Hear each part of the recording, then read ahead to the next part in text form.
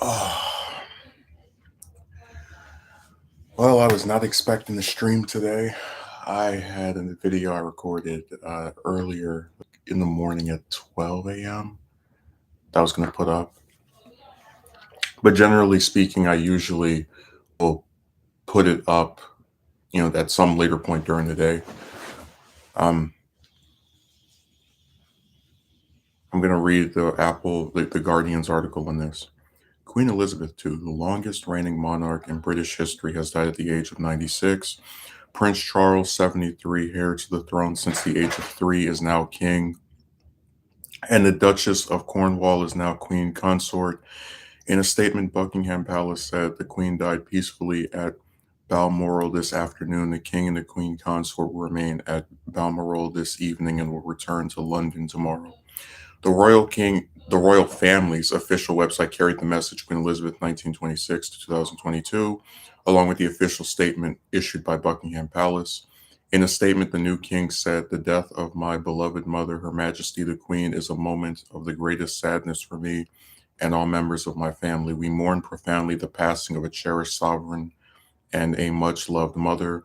I know her loss will be deeply felt throughout the country, the realms, and the Commonwealth, and by countless people around the world.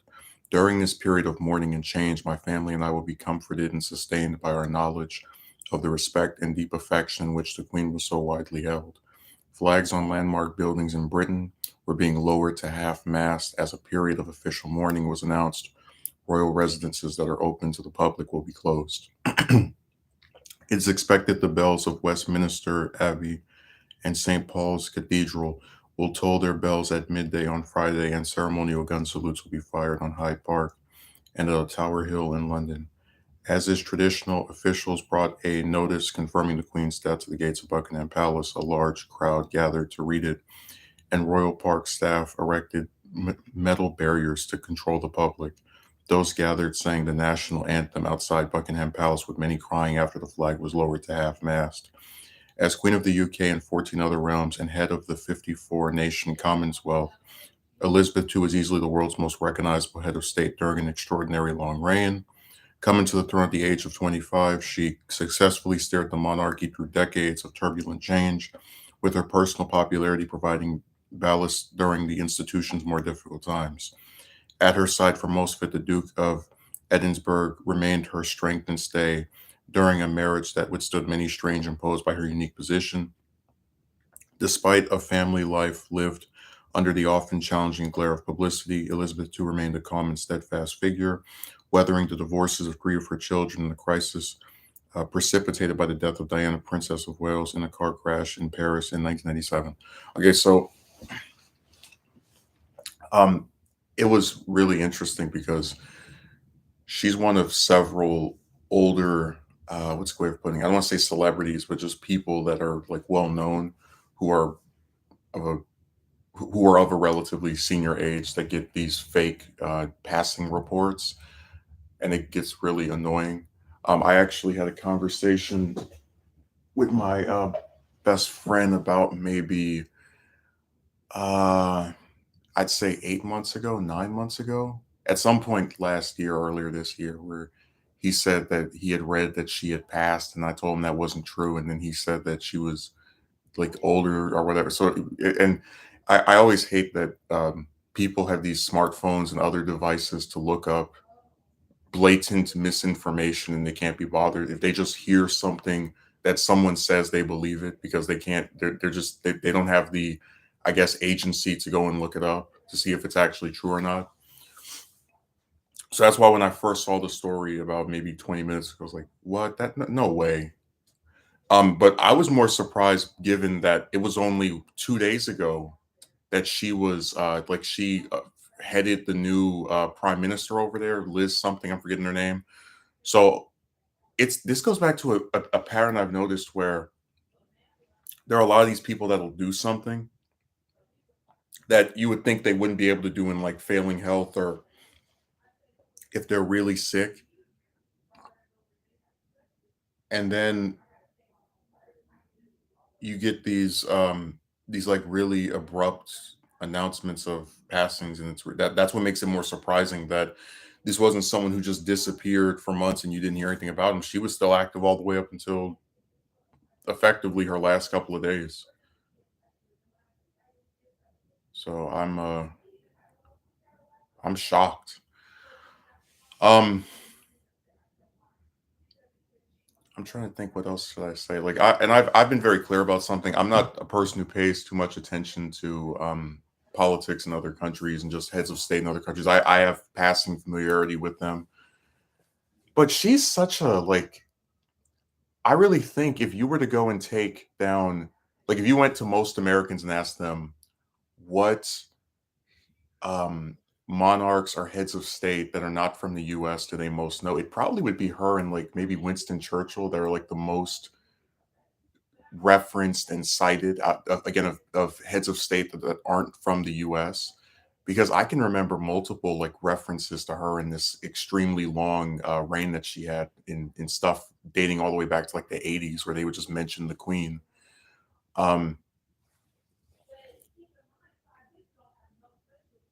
it's so interesting just how like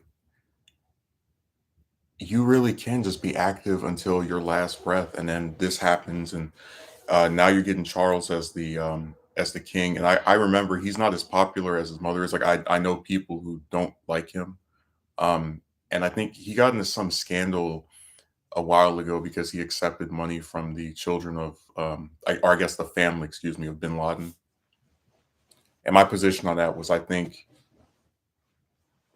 that they shouldn't be blamed for what he whatever. Just I don't think it's right to get upset with someone over what a family member did unless they were, directly involved with it, which there's no proof that they were. But anyways, um, this is just a really big news story. Uh, again, one of the longest reigning, the longest reigning monarch of all time, and it's really interesting because when her husband died, you know, not too long ago, I was thinking about how it's always been said to me that when people are married for a very long time, um, and are actually in love, which seems like a more and more rare thing that I don't even believe in like existing anymore as far as like I think we've been over this, but I'm not going to turn the stream into this, but just kind of like when you have people who actually truly are in love with each other, and they've been together for some like decades or whatever, it's a thing that's been recorded where a lot of times there will be a what's a way of putting it, a person that they can't live without. So I'm not really too surprised she didn't last much longer after he did, because that is part of a pattern I've noticed. I mean, you look at Pat Nixon and Richard Nixon, where they died like 10 months apart, and the former president was like well enough to where he was able to stand and mourn and cry at her funeral, and then just deteriorated in health after that really rapidly. You can look at the Bushes, but it still is just shocking. Like I guess in a weird way, when you get so used to hearing about someone like, oh, this person turned this age, this person turned that age, you almost start to feel like it's never going to end. Um, and then when it does, it feels like you still know in your what's the way of putting it, internally, that there's like a nothing lasts forever, but then it still feels kind of like a shock because of how long you've heard about that person and just how abruptly it all feels that this is it. I guess that's the best way I can characterize it. Oh, no, I really was not expecting this at all. But they did that purposefully, in my opinion, because they put out the statement, "Oh, she's resting and she's relaxing." And, you could argue they do that so they don't put people in the panic, but this is huge.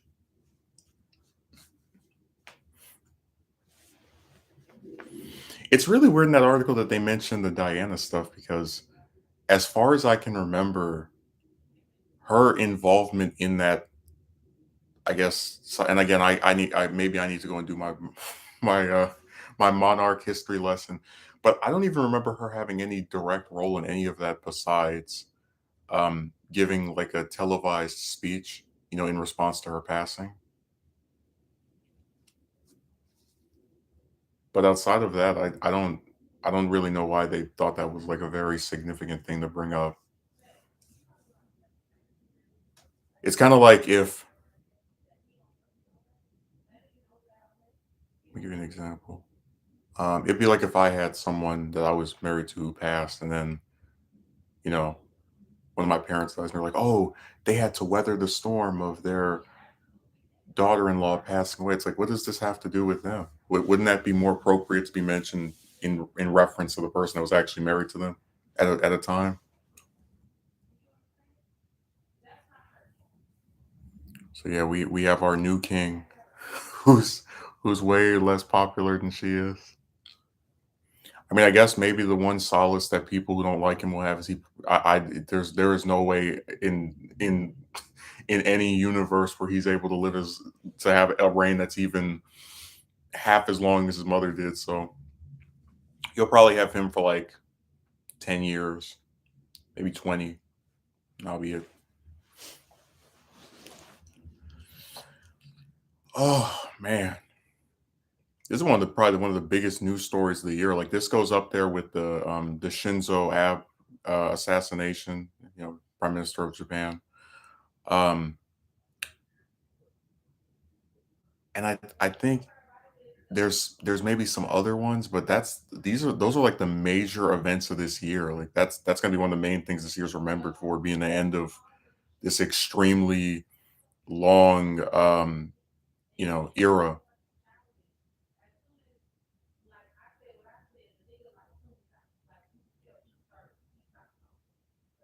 This is crazy. No, these are some very historic events. And I just wish that like a lot of these, and I get obituaries aren't supposed to, go into too much detail. They're trying to give you like a basic summary, but they don't really talk about individual stuff that happened with her. Like a lot of celebrities, and this is especially prevalent with these royal families, get just a bunch of like unwanted solicitors and people taking pictures of them, and just like different back and forths with the press. And I remember there's like I think she sued Daily Mail at one point over some that they did. So I just wish they kind of discussed more, just a little bit more detail, like what happened. But I guess you'll have to go read a biography to get that stuff in there.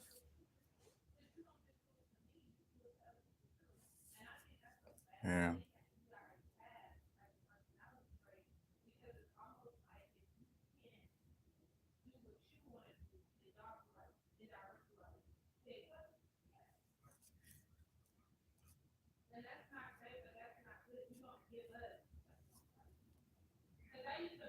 God, man, I can't wait until we can maybe get some kind of, because this all just happened really quickly, but we'll probably get some updates. We'll see if he as the king is doing so great and terrific. Uh, because there have been instances where people who were like feared to get a position get it, and then they're considered to be doing a good job. I mean, it's an election, but if you look at DeSantis, a lot of people who didn't want him to become governor of Florida did end up liking him for a little while because he was, working with Democrats and doing some bipartisan stuff, and then he screwed it up when the virus started and he started doing all of his denial, garbage. But you get the idea that sometimes you can be surprised by a person that you didn't have high hopes for. So that might be what happens here. Oh man, we're gonna wait for Biden to put out a statement. I don't even think. I should go. You know what? No, I think I remember, because I was gonna say I don't even think Biden was born when she started being you know when her reign started, but I think I might be incorrect. Let me look it up. since I actually do research on like these people that kept believing all these ridiculous things. Let's look. Yeah, he was. I feel very, because I just remembered the 70-year thing. But even then, it's like um, she's been monarch since what, the end of Truman's tenure as president. Like that's nuts. Wow.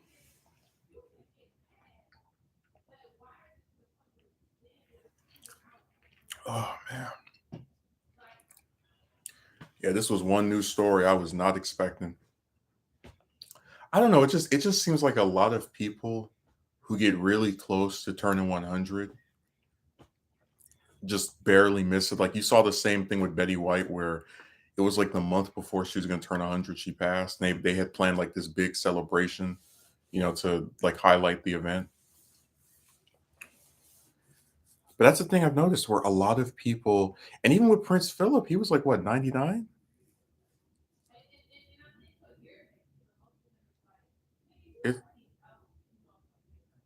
It, it's really crazy that this stuff is like happening the way it is. It's like if you're not Kirk Douglas, you can forget about reaching 100. But I've always been so intrigued by, because I don't think I will live into my 90s or 80s or anything like that. Just based off of certain environmental stuff, and how just depressed I get with a lot of this garbage. But I've always been intrigued by how, with a lot of older people, they can just uh get to these like advanced ages, and to where they seem to be healthy, they're still going around talking and doing all this other stuff, and then they can just so quickly get some illness and just pass. And it's really sad that this stuff is, I don't know, I wish there was more research done into like the later expectancies of life, and how frail and fragile someone can be internally while externally exuding like some kind of natural built-in what's a good way of putting it, um ability to still conduct themselves in a manner that is conducive to how someone who is healthy would be, even if they're not as healthy as they appear. Like a, it's like a glass cannon. Yeah, it happened today. Oh, and thanks. But like I was saying, you never even get to see like and that's why the only thing I'm kind of curious about, like in a morbid manner, is just like the record of health, where after someone passes, they start explaining like all the different illnesses they had, because usually there's a timeline that they can give us.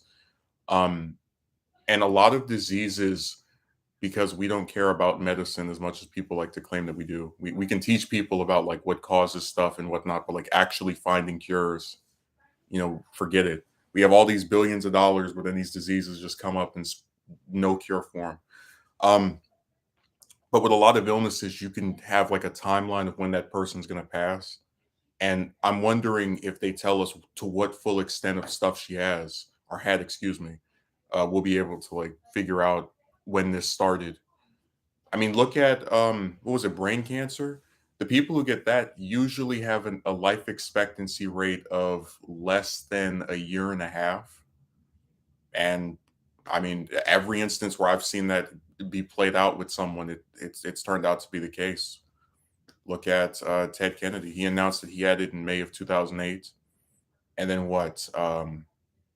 About 15 months later, August 2009 passed. Look at McCain. He announced it like what, midway through 2017, and then like toward the, what was it, August? It was like a couple of days before his birthday too. He passed. So I'm just saying these illnesses are really scary, because these doctors seem really adept at figuring out like what causes them, or how long you can expect to live with them, but they don't tell you, they don't have any way to cure it, even though we have all these billions of dollars. That's why when I had this one guy on Piscord that was saying, "Oh, uh it's modern medicine is going to make people live longer." It's like, what do you if you can say that, but it seems like the only thing these doctors and all of these supposed physicians that are geniuses are able to come up with is like a diagnosis. But as far as actually treating this stuff, it just seems like if there's so many illnesses where if you get them, that's it. As far as like, I'm not gonna go further into because I don't want to get even more demonetized, but there's a lot of stuff that once you get it, there might be some ways to treat it. There might be some things that can kind of curb it a little bit, like fully just expelling and getting rid of it. You can forget about it. I mean, I've been hearing about cancer for as long as I can remember, and no one's ever been able to figure out how to get rid of that.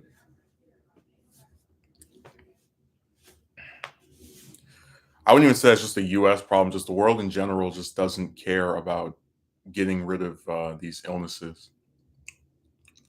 So you probably won't you either will never get a cure for cancer or you won't get one for like another 20 or 30 years.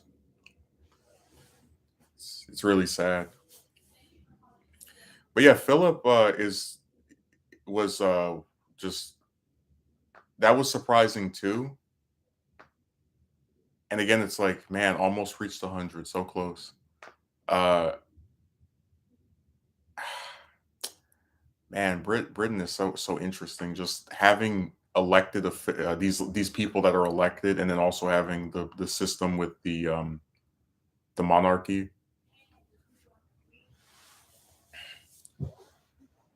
I just find that really fascinating because there are a lot of, I guess, not self-appointed, but like appointed by the media monarchies in the US where it's just like different families that get focused on because maybe one or two people mattered and everybody else just leeches off of their name.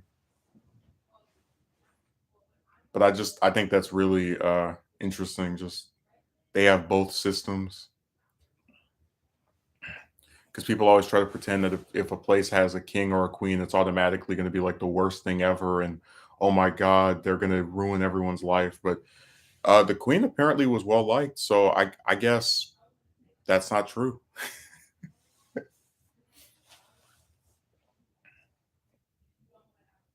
Yeah, this whole thing is just really eventful.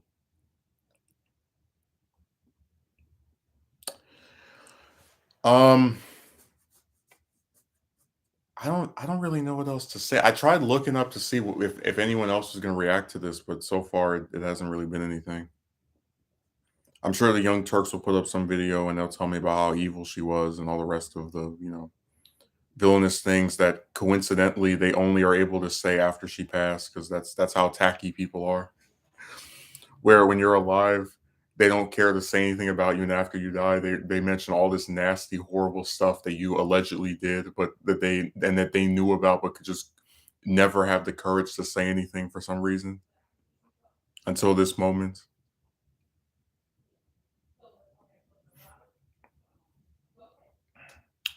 I remember there was a guy that I think I'm not going to mention him because I don't want to restart that drama. But my whole thing is, I've always thought it was so stupid to not say something when a person is alive because when you wait until after they pass to do your like oh my god, this individual was the worst you know ever, you do end up looking, be it directly or indirectly, tacky. I mentioned before, but if I'm alive when Trump or Obama passes and it's like a news report like, oh, this, I'm probably not going to say anything outside of just reporting it because everything bad that I would say about them has already been said.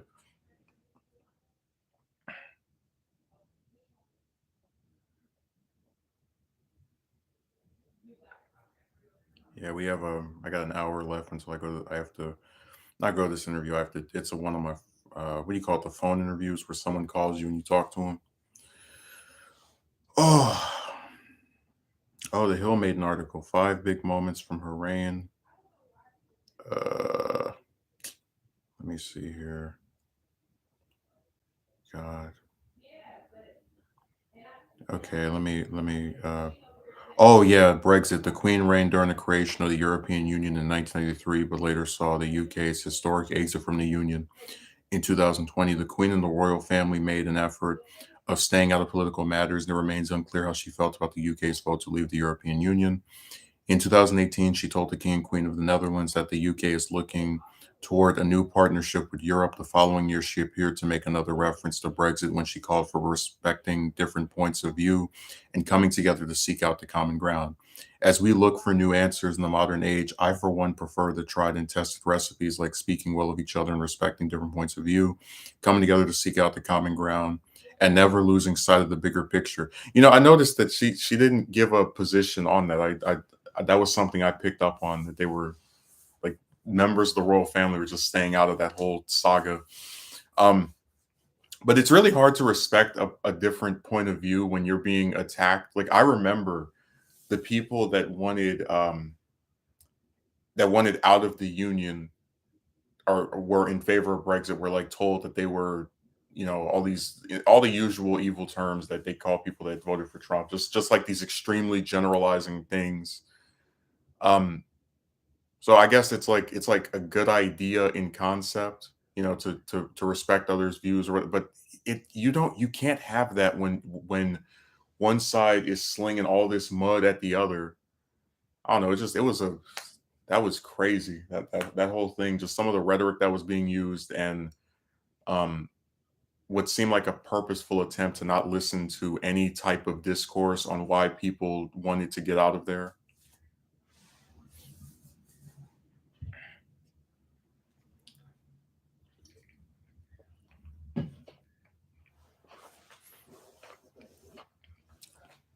I remember this one person said, "What is your opinion on Boris Johnson?" I said, I don't really have one on him. That when he does something stupid that relates to the U.S. or some other country, because I remember I went in on Theresa May hard for like her supporting the Saudi Arabia intervention in Yemen that was killing all those innocent children.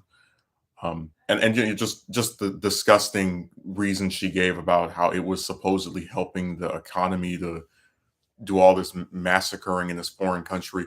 But like I don't generally take positions on politicians from other regions because they're doing things that don't affect me, and so I can't gauge in a lot of instances how good they are or bad. I usually defer to someone else's position on it if they're from over there.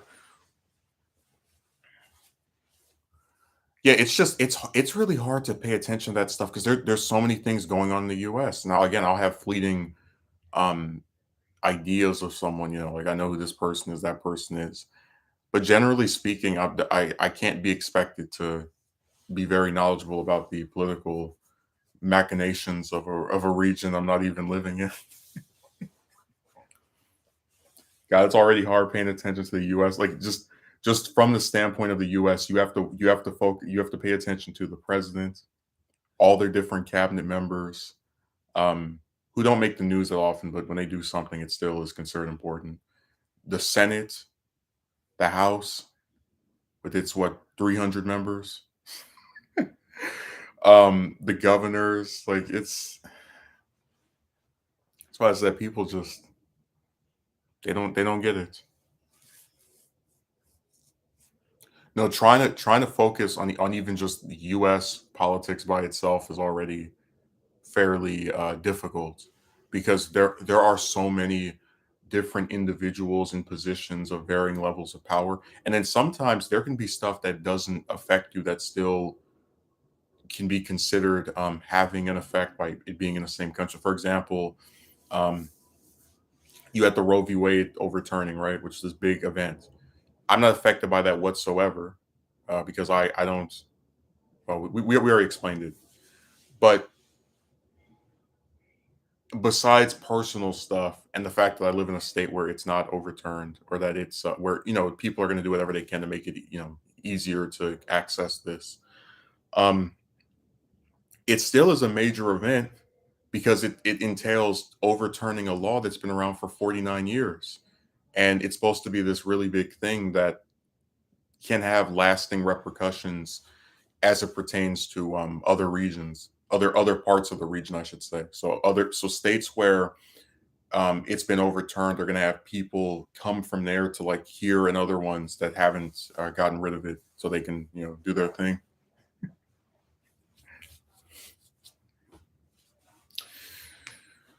Oh,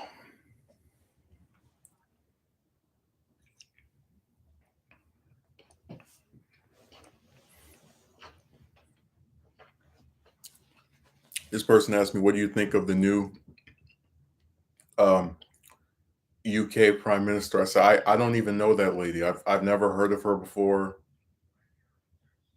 so that's I have to wait and see what she does."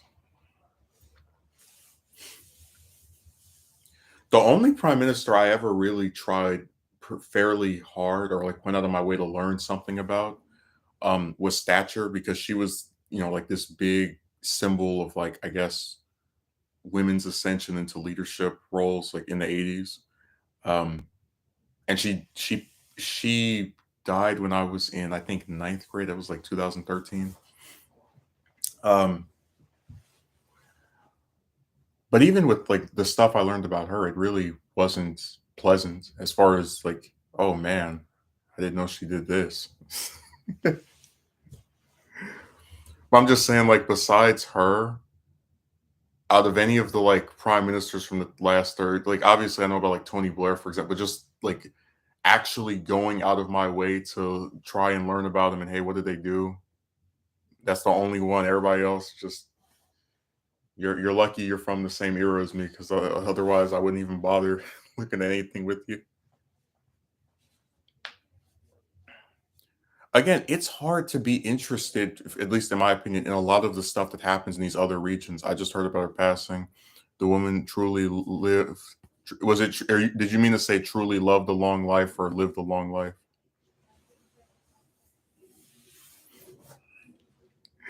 Dude, I still couldn't believe when I saw the pictures of her with Eisenhower.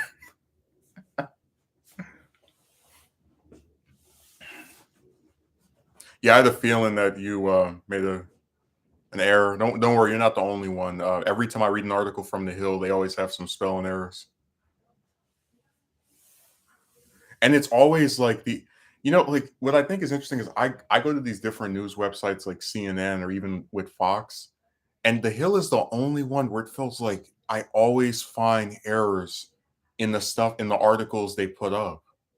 Like they have the most childish, unrefined, I guess, system out of all. Like, I've never read a CNN article with grammatical errors, or just the only one that just over and over is the Hill, where they have these grammatical errors, where you read it and you're like, wait, this doesn't sound right. This is kind of weird. This is janky.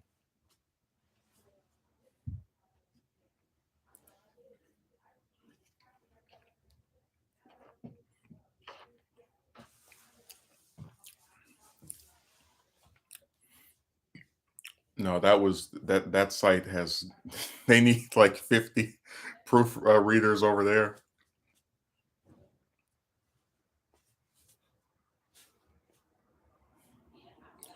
I remember that when I was like it was about maybe 3 4 years ago, 5 years ago. But I used to like read YouTube comments and other on other videos way more often than I do now. And there was someone who was like, "Oh man, I really hope Charles doesn't become king." And another person actually floated the idea of like maybe the queen will outlive him by a few years, because there are people that pass in their 70s. I know a lot that have. But I was just thinking to myself, like, isn't it sad that you want this lady, like in their alternate version of how things were to play out, just because they don't like him, right? You wanted this lady to lose her son so that you wouldn't have, because like I said, he's not going to be king for that long. In the grand scheme of things, it'll be maybe a decade or two. It's not you're not going to see some 70-year reign with him. It's just at his age, it's he is closer to his conclusion than his beginning. I hate to say it that way. I know that sounds mean and morbid, but it's true. But I just couldn't believe that like that was something that like they actually were just comfortable. That's why I said I've always felt like YouTube has a good moderation system compared to how it used to be.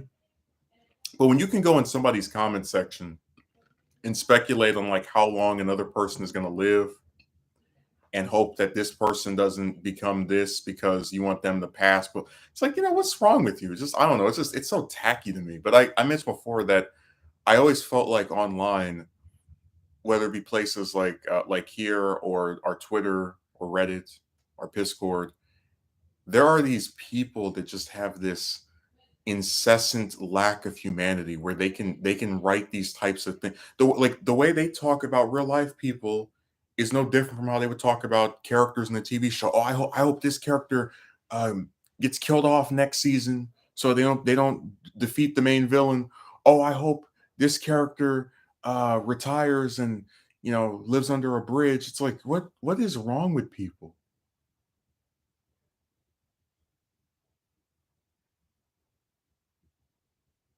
It's just pure insanity. It's just like no humanity whatsoever.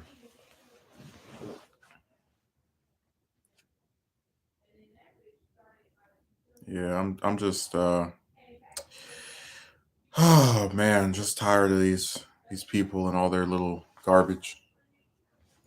I guess I'll read one more part of the Hills article. Family issues continue until the end of her reign. The twilight of the Queen's reign has been fraught with drama not seen since the 1990s, leading many to question the future of the monarchy without her. In 2014, the Queen's son, Prince Andrew, was accused of having had a relationship with Virginia Gouffre, a minor who was allegedly trafficked by American financier and convicted sex offender Jeffrey Epstein for years. Andrew's friendship and connections with Epstein have drawn criticism.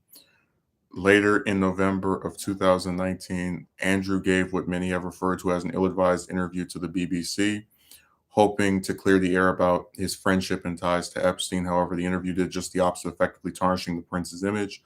In 2020, Andrew stepped back from public duties, and earlier this year, he handed his honorary military affiliations and patronages back to the Queen and settled a civil lawsuit from Gouffre out of court. Um, Prince Harry and his wife Meghan, the Duchess of Suffolk's decision to step back from royal duties in 2020 has also had major ramifications on the monarch.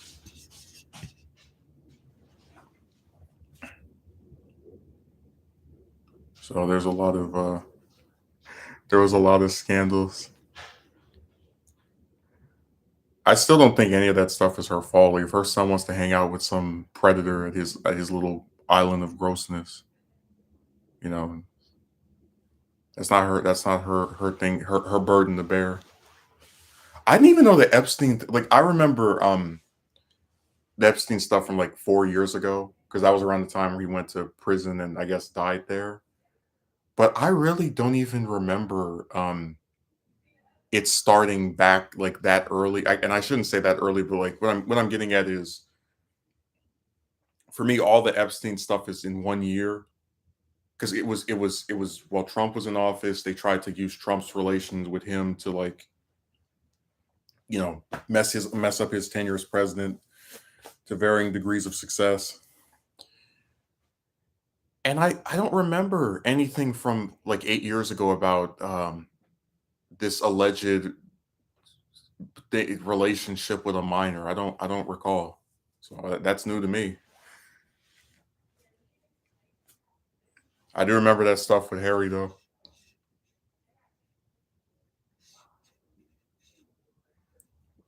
They just, it's so crazy how all the scandals are things that have nothing to do with her. Like you have these crazy kids that do all this weird stuff and give garbage interviews, and then you're not even kids, grandkids, excuse me, and then you're like, I guess that's supposed to be what defines the end of your tenure.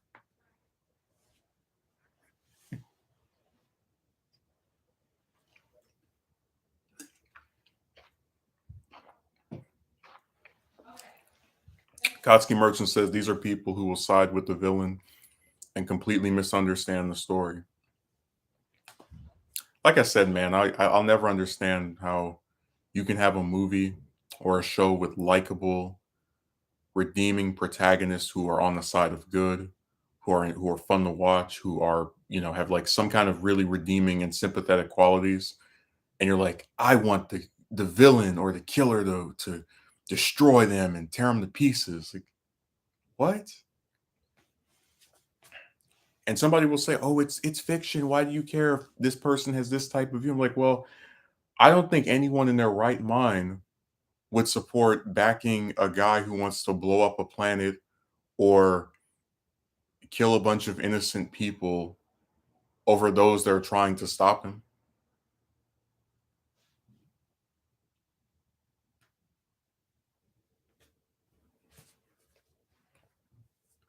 And I've said before that, like, I'll give you a good example. At the start of Love and Thunder, when they have that scene where Gore is like talking about how he lost his daughter, and the god is like laughing at him, and he takes the sword and slashes him with this. He gains the like the dark influences of it.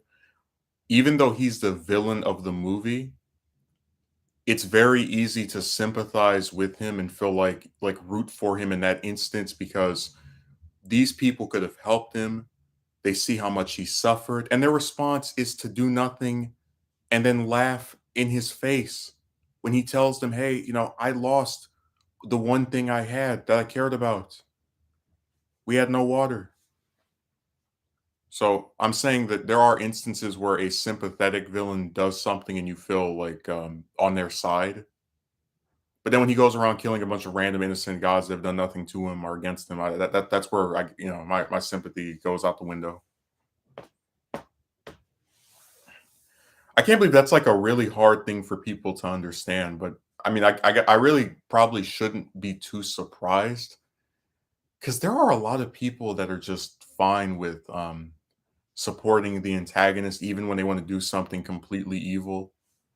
Like, I remember after Doctor Strange 2 came out, there were people on Twitter talking about, "Oh, I'm totally fine with Wanda wanting to possess her alternate self and be reunited with her kids, and Strange is at fault because he denied her what she wanted, and she asked nicely."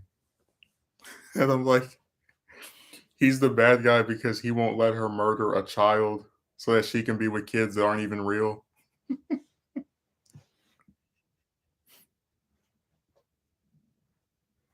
So I'm just realizing that it really doesn't matter if a villain is sympathetic or not, as long as someone can like convince themselves that they're cool or what's the way of putting it? Yeah, if they think they're cool or they think they're hot or something, they'll support them over the heroes because that's how mentally ill a lot of these people are. Like I said, if I wrote a story where I have some guy that's evil to be evil who wants to kill some person that's never done anything to them, who is nice, who treats other people well, and you say, "Oh, I'm rooting for this killer or this villain," like I would think you were weird. Yeah, you can sympathize with the villain with that, but I'm saying that like the villains these people back are not sympathetic. Do you realize that some people will back a villain just because they think they're hot or because they think they're cool? Like Joker from Dark Knight is not sympathetic whatsoever. Um, I think he's a good villain, like he's entertaining and fun to watch, whatever. But if you see someone who says they're rooting for him, they want him to destroy a whole city of innocent people, like I think that's weird. I really do.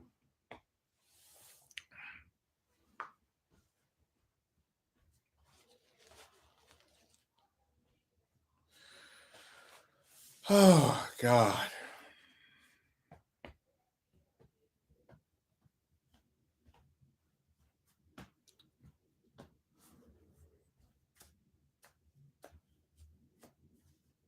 That's why I said, man, people are just really bizarre to me.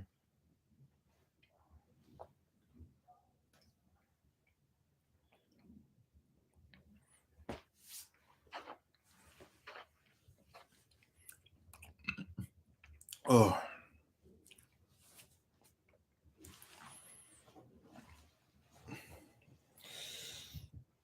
oh. For some reason, the sun won't come out today.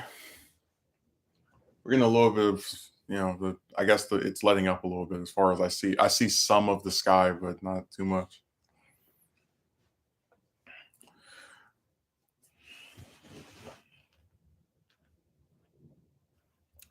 So under most circumstances, I would stay longer. Um, but here's what so I mentioned before, I'm getting like sick of getting stuff off the internet because they tell you, oh, this thing is coming on Friday, and then like a day later, oh, this thing is coming on Tuesday. I hate that. Because they seem to think that you're just always going to be able to pick stuff up. But I have some that's coming, some kind of order I have that's supposed to be coming between 12 and 2. And I have a what do you call it? An interview that's supposed to take place at 1. Even though it's by phone, I still, don't want it to be interrupted. Yeah, it's strange when they side with the villain when the story has made it very obvious they are not sympathetic and that they are evil. Yeah, some people really don't care. Like, I realize that we're there. You can have someone who's just evil to be evil. And there will be people who say they root for them. And it's usually, dare I say, some weird horny chick that, gets turned on by like I'm talking about those people, just the people who are like are so attracted to something that they defy any sense of logic. And I really do think that if a story makes it clear that someone is bad and that like you're supposed to want the side that's good to win, and you're supporting the person that's bad, that shows there's something wrong with you. I give an example of how people like when they interpret stuff, it makes it seem like it shows you how there's something wrong with them. Um, so you know that with transgender people, there's a thing called dead naming, where you call somebody by a name that they no longer go by. Okay, I was on this forum, the Dragon Ball forum. Some insane person, some lone lunatic, said that they couldn't watch Z because they didn't like that Vegeta was calling Goku Kakarot. They said that he was dead naming him, and they compared this to when you dead name a transgender person. The reason this is stupid and that this is showing how insane they are and mentally ill they are is because if you actually watch the series, because you know what I'm talking about, transgender people, chances are if you call them by what they call by a dead name, they'll get upset because they don't want to be called this. It's over with. They're offended by it. Goku is never shown to be offended by being called Kakarot at any point in that entire series. He never says, Vegeta, stop calling me that. In fact, in the Broly movie, he encourages Broly to call him by his Saiyan name. But do you see how people, when they sit in their little rooms and they watch this stuff, they can create, they can look at things in a way that are not what the story intends for it to be seen in that manner as, and that are sometimes so bizarre that the rest of us are like, what are you even talking about? Kakarot is Goku's Saiyan name and even warms up to it after learning more about his Saiyan heritage. Exactly, but I'm explaining that even if, because at best he was neutral to it, he never shows like being upset over it, right? He just says like my name is Goku, but he never tells Vegeta at any point in that. And you can go rewatch all of Z if you want to. He never tells him, "Don't call me this anymore. This is that you are referring to me by something I no longer wish to go by." He never shows any issue with it whatsoever.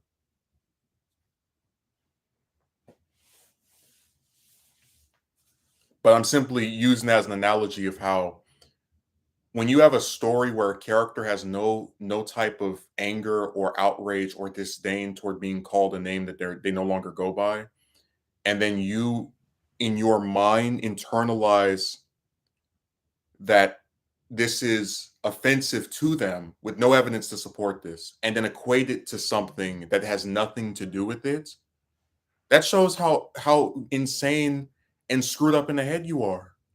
You're literally making stuff up to be offended by this story. Things that are not there. Analogies that hold no merit. I mean, and you look at the thing with this lady that said she was rooting for the killer or for the villain, whatever. It's like you have a story that encourages you to want to see the villain fail because he is targeting people who are nice, who have redeeming qualities, who are just are pleasant people in seemingly every conceivable way. Um and they convinced themselves that yeah, I don't care. I want to see him just murder everyone except for maybe like one or two people, but I'm still rooting for him. This person who's evil to be evil, no redeeming qualities whatsoever. I support them over the people that are actually, on the side of good and are trying to stop him from doing something that is. That's why I said but it makes sense because in real life you have people who idolize like murderers. So there are a lot of these weird people that just support the wrong stuff. And at least in real life, there's usually no one that tells them something's right or wrong, even though the fact this person is going to jail for murdering people should make it clear they did something wrong. But in these stories, like they purposely contrast how evil and irredeemable and awful the villain is with the heroes that are like good people who are nice towards others, who are just likable protagonists. And you go, nah, forget them. I hope the killer gets everybody, or most of them anyway. It's weird. So I said, don't when these people when you like trying to have a conversation with someone who has that warped of a perspective is not appealing to me in the slightest.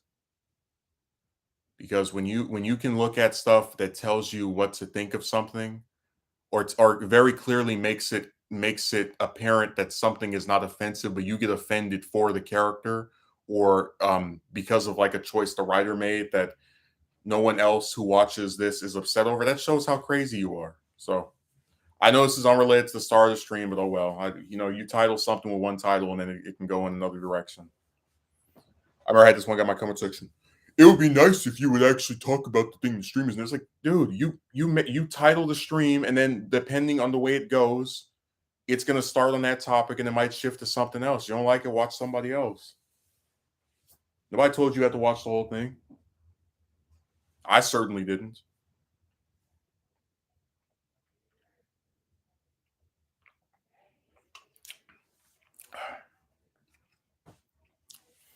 I mean, I guess I'll go sit out here for was it like 30 minutes and go see if this mailman shows up. That's what always drives me crazy about mail. Like you can get it as early as 12 in the afternoon.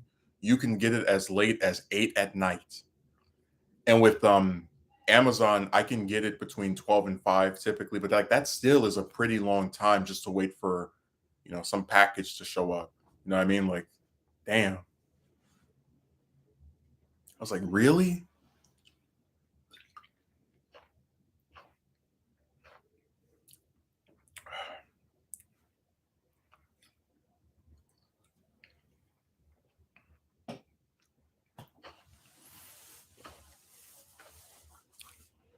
Oh man.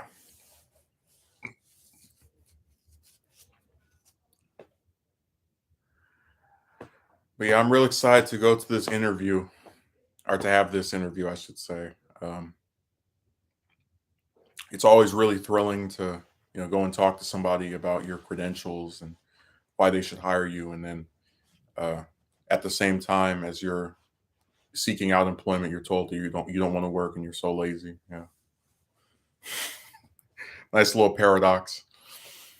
People romanticize villains and treat villainy as just another lifestyle without considering that real life villains do some awful, heinous stuff.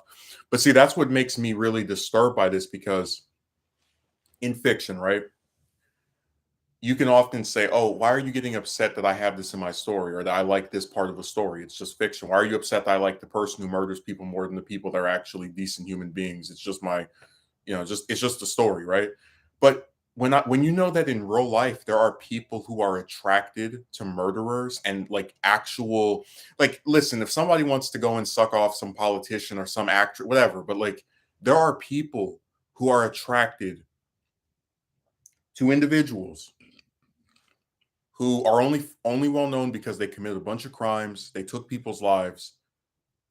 So when I know that this is something that is very prevalent in society, right? That in real life you have people, especially chicks, that are attracted to murderers. It make when I see one who's like calls themselves rooting for the like a murderer in fiction or some kind of killer in fiction, that's what disturbs me the most because we know that there are people who get obsessed with this stuff to the point where they don't see anything wrong with doing it in real life either. I'm serious. If you when you get to a point where in fiction you can't look at something as being bad that is bad in real life, that really is the story. Like, I'll give you an example. Let's say you write a story where, I don't know, there's like a woman and some guy comes up behind her and he pushes her off a building. That's how she ends up passing away. And I said, "Oh, that was so cool. Yeah, man, that was. I hope he gets more of them. Yeah,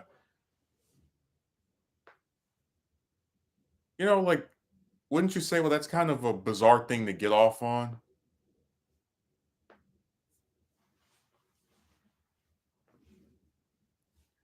But look, I'm not saying you can't find this stuff cool. I'm not saying, like, I give you the example. I think Joker from Dark Knight is cool. I don't want to see him win. I'm not rooting for him.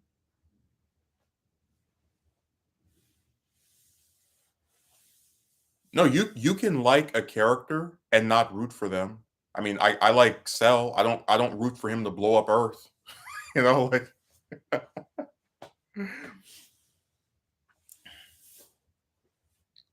I'm just saying that, like,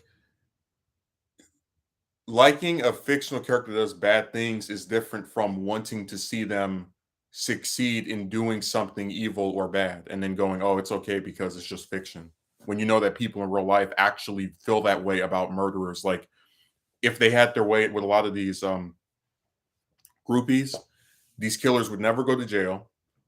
They would never be caught. And if they did get caught, they would just escape jail and go on the run and then keep on doing their evil thing. Because I said, like, this, it's really not that far removed. But I'm just trying to make it very clear that you can like a character who is evil or bad and still believe that what they're doing is wrong and want to see it stopped.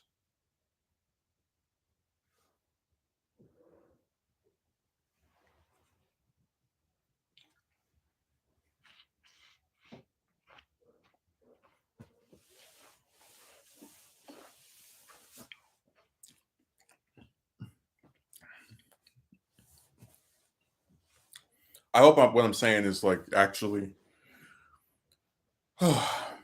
being resonant in some capacity because I know a lot of people misinterpret what I like what I'm stating. That's just like a running theme.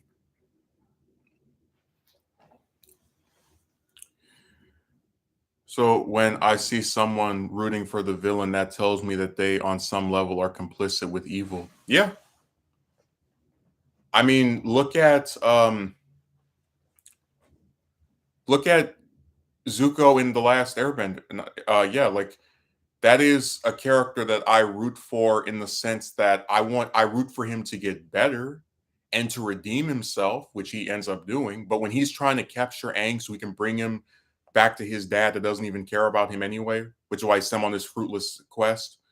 Um, I don't root for him because I know that if he succeeds, that's going to lead to Aang's passing, which I don't want to see happen because Aang is a likable character. But like I said, even when Zuko was doing that evil stuff in book 1 and 2, I thought he was cool. I liked him. You can like a character who's bad without wanting to see them succeed because you know that what they're doing is wrong.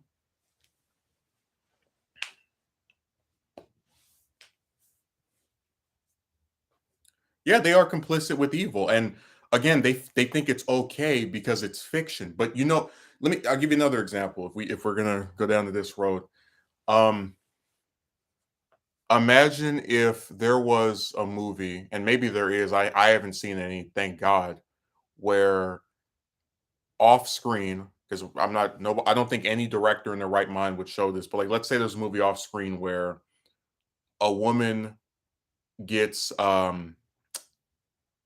molested. Okay, now imagine how insane I would look if I said, I'm rooting for her rapist. And people be like, what is wrong with you? Why would you want that predator to succeed in their goal of like getting away with what they did and possibly doing this to another one? Oh, it's just fiction. What's the big deal? Do you see what I'm saying about how when you like certain stuff, even if it's fiction, the fact that you liked it or think it was like a good thing and you're happy it happened, um, shows how like insane you are. Okay. Now, if I wrote a story where that happened to some woman and then, everyone is wants to get this guy because of what he did, everybody's disgusted by what he did, and it's about her recovery, that would be different because we are actively telling you what he did was wrong. Everyone around you in this story is saying that this is screwed up and wants to like get him and punish him for doing something that in every conceivable way is a violation of another human being. So I could still depict that in a story. That can be depicted in a story and still have some worthiness of being a thing that can be demonstrated to the audience because it's being presented in a negative light as it should. And when someone in real life says they're rooting for that rapist, that shows you there's something wrong with them because the story that I'm writing is not indicating that you should support and or condone or back a person that does something like that to another human being.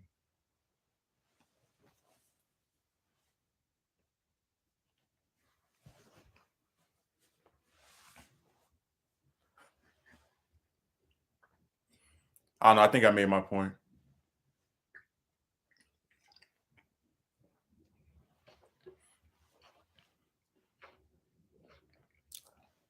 Really wish I hadn't used that last example. I'm gonna get the money. I think I was probably already gonna get the monetized because of the title. Because anytime you put dead or death, it seems they get you for that. But this is a really eventful day. Um, and I'm only not saying all that much more about her because like I said, I'm not that well acquainted with individuals that live in other countries. That's just how it is. If the same thing, if I had been streaming when Thatcher died in 2013, it would have been a pretty short stream, and I might have talked about it for like 10, 20 minutes, and then I would have gone to something else. And you can call me ignorant. I'm interested in learning more. I'll admit I could learn more, but at least I'm honest about. I'm not going to sit here and say, "Oh, this person was all right." I can't explain like what anything they did. I'll never forget. There's this woman I'm doing this video on, the one that agreed to marry me and then like reneged a couple days later. But I remember one time I was having a conversation with her, and I, like as a joke, I was like, "Oh, you never told me what you think of Abraham Lincoln," and she said, "Oh, he was all right." And I remember I told the Discord Snake about that, and he was like, "All right," because that's the type of answer you give when you don't know something about something or someone, right, and who they were or whatever, and you have to like you're too conceited to just like I guess too prideful, too stupid to just admit you don't know something. So you have to feign intelligence, and it's like very obvious you don't know, which is why you gave that really crappy answer. So with all that said and done, I'm going to probably end up, yeah, wrapping the stream up because this thing is in 20 minutes, and I've got this thing coming outside, so I'm gonna go stand out there and wait for this call. So thanks for showing up. I appreciate the contribution earlier. Um, and I will be back on Saturday, and obviously I'll put up a video tomorrow. But yeah, this was a pretty historic day. I was not expecting this in the slightest. She seemed to be fine a few days ago. Um, and an end to the longest run of any monarch ever. So, uh, I think she will be missed by a lot of people from the UK.